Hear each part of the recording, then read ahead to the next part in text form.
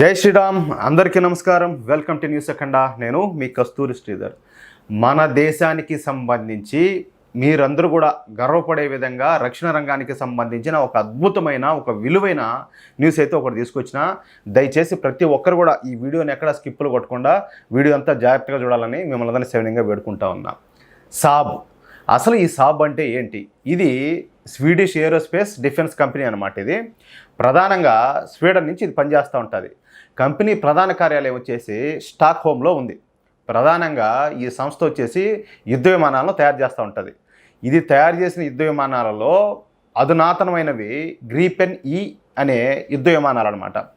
ఇవి సాబ్ చేత తయారు చేయబడినటువంటి తేలికపాటి single engine supersonic multi role fighter air క్రాఫ్ట్లు ఇవన్నీ కూడా. ఇక ఈ సాబ్ సంస్థ ఎప్పటి నుండో భారత మార్కెట్లోకి రావాలని చెప్పేసి తాతగలాడిపోతుంది. అయితే ఇక్కడ మరొక ఇంట్రెస్టింగ్ న్యూస్ ఏంటంటే మన భారత ప్రభుత్వం కూడా ఒకేసారి 114 మల్టీ రోల్ యుద్ధ విమానాలకు ఆర్డర్ ఇవ్వాలని చెప్పేసి గత కొంతకాలంగా ఎదురు చూస్తుంది. చూడండి, 1 కాదు 2 కాదు, 114 మల్టీ రోల్ యుద్ధ విమానాలు అంటే ఏందనుకున్నారు? దాన్ని బట్టి మనం అర్థం చేసుకోవచ్చు మన దేశ రక్షణ రంగం ఏ స్థాయిలో ఎదగబోతుందో. దీన్ని బట్టి మనం అర్థం చేసుకోవచ్చు అనమాట.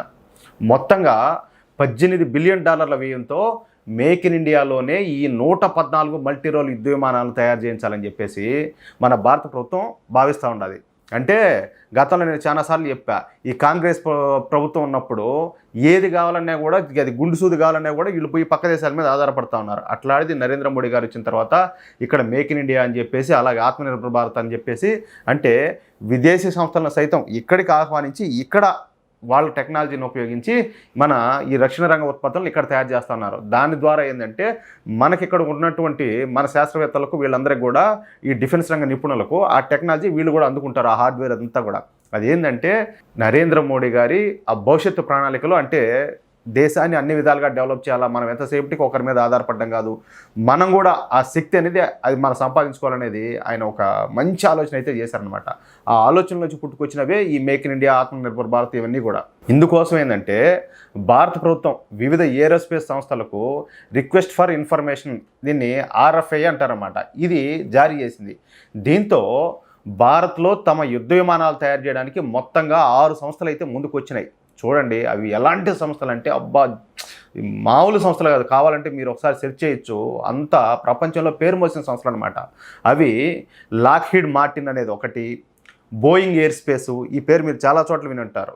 అలాగే దసాల్ట్ రాఫెల్, ఇది కూడా మీరు వినే ఉంటారు. అలాగే Eurofighter, Sukhoi, Russian United Aircraft Corporation సంస్థలు అనమాట ఈ 6. వీటిలో లాక్హీడ్ మార్టిన్ అలాగే బోయింగ్ సంస్థలు అమెరికాకు చెందినటి కాగా, దసాల్ట్ రాఫెల్ సంస్థ ఫ్రాన్స్కి సంబంధించింది. మీకు అందరికీ తెలిసే ఉంటుంది, మనము ఈ రాఫెల్ యుద్ధ విమానాలు ఫ్రాన్స్ నుంచి కొనుగోలు చేసినాం అవన్నమాట. ఇక యూరోఫైటర్ వచ్చేసి బ్రిటన్కు చెందింది కాగా, ఈ సుకోయి అలాగే Russian United Aircraft Corporation సంస్థలు ఇవి రష్యాకు చెందినవి. వీటిలో లాక్హీడ్ మార్టిన్ తమ F-21 యుద్ధ విమానాలను భారత్లో తయారు చేయడానికి ముందుకు వచ్చింది. ఇక తమ F-18 యుద్ధ విమానాలను భారత్లో తయారు చేయడానికి బోయింగ్ సంస్థ ముందుకు వచ్చింది. ఎందుకంటే మనోళ్ళు ఆర్డర్ ఇచ్చారు కదా, మాకు ఇలాంటివి కావాలంటే, అంటే వాళ్ళ దగ్గర ఏ టెక్నాలజీ ఉందో, వాళ్ళ దగ్గర ఎటువంటి పవర్ఫుల్ యుద్ధ విమానాలు ఉన్నాయో, ఇదిగో మేము ఈ తయారు చేస్తా ఉన్నాం అని చెప్పేసి వాళ్ళు దాన్ని తీసుకొచ్చారనమాట. ఫ్రాన్స్కు చెందిన దసాల్ట్ రాఫెల్ సంస్థ తమ రాఫెల్ యుద్ధ విమానాలను భారత్లో తయారు చేయడానికి ముందుకు రాగా, బ్రిటన్కు చెందిన యూరోఫైటర్ను భారత్కు ఆఫర్ చేసింది. ఇక సుకోయ్ సంస్థ సుకోయ్ 35 యుద్ధ విమానాలను, అలాగే Russian United Aircraft Corporation సంస్థలు ఈ MiG-35లను భారత్కి ఆఫర్ చేసినాయి. అంటే వాళ్ళ దగ్గర ఏదైతే పవర్ఫుల్ యుద్ధ విమానాలు ఉంటాయో వాటిని మేము తయారు చేస్తాము మీ దేశంలో ఉండి అని చెప్పి వాళ్ళు ముందుకు వచ్చారనమాట. అయితే ఈ ఆఫర్లన్నింటినీ కూడా పరిశీలించినటువంటి భారత ప్రభుత్వం, భారతీయ ఎయిర్ ఫోర్స్లు పెద్దగా స్పందించాల. అంటే వాళ్ళైతే వీళ్ళు RFI రిలీజ్ చేశారు కదా, అట్లాగే వాళ్ళు ముందుకు వచ్చినారు, కానీ వీళ్ళైతే వాటన్నిటి మీద అంతగా ఇంట్రెస్ట్ చూపించలా. అంటే వివిధ కారణాల మూలంగా ఈ సంస్థలు ఇచ్చిన ఆఫర్లు మన భారత ప్రభుత్వానికి అలాగే మన భారతీయ ఎయిర్ ఫోర్స్కు నచ్చలేదంట.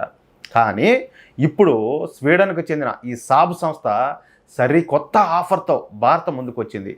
భారత్ కనుక ఈ 114 మల్టీ రోల్ యుద్ధ విమానాల తయారీ కాంట్రాక్ట్ను మాకు గనక అప్పగించినట్లయితే మేక్ ఇన్ ఇండియాలోనే, మీకు అర్థమవుతుందా, మేక్ ఇన్ ఇండియాలోనే పూర్తి స్థాయిలో తమ ఈ గ్రీపెన్ ఫైటర్ జెట్లను తయారు చేస్తామని చెప్పేసి సాబ్ సంస్థ భారత్కు హామీ ఇచ్చింది. అంతేకాకుండా ఈ యుద్ధ విమానాల తయారీకు కావాల్సినటువంటి హార్డ్వేరు సాఫ్ట్వేర్లను పూర్తిగా భారత్లోనే తయారు చేస్తామని చెప్పి ఆఫర్ ఇచ్చిందనమాట. అంతేకాకుండా ఏకంగా సంవత్సరానికి 25 యుద్ధ విమానాలను వరుసపెట్టి, అంటే ప్రతి సంవత్సరం 25 యుద్ధ విమానాలను భారత్కి అందిస్తామని చెప్పి తిరుగులేని ఆఫర్ని అయితే ఈ సాబ్ సంస్థ భారత్కి ఇచ్చింది.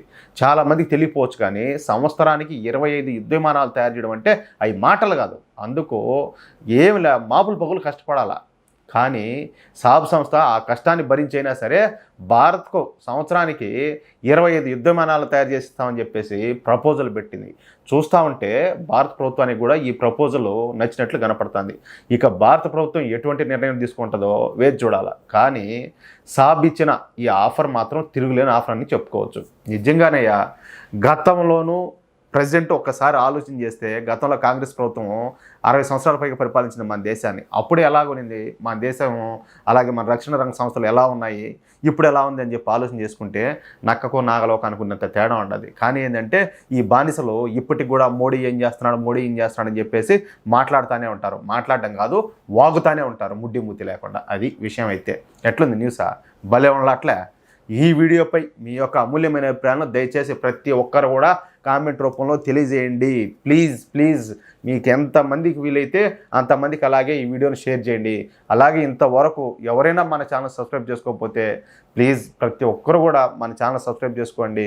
ఈ మధ్య వ్యూస్ కూడా చాలా వరకు తగ్గినాయి. మాకు న్యూస్ అయితే చాలా కష్టపడి చేస్తూ ఉన్నాం.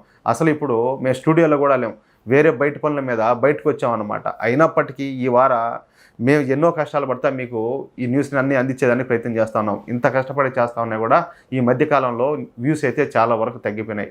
ప్లీజ్ సపోర్ట్ చేయండి. మీ సపోర్ట్ ఉంటే మేము ఇంతకంటే ఎక్కువ న్యూస్, ఇంతకంటే ఎక్కువ కష్టపడగలుగుతాము. మేము పనిచేసేది మన దేశం కోసం, మన ధర్మం కోసం. ఖచ్చితంగా మీ నుంచి అయితే మేమైతే సపోర్ట్ అయితే కావాలని చెప్పేసి కోరుకుంటా ఉన్నాం. ప్లీజ్ సపోర్ట్ చేయండి. జై శ్రీరామ్.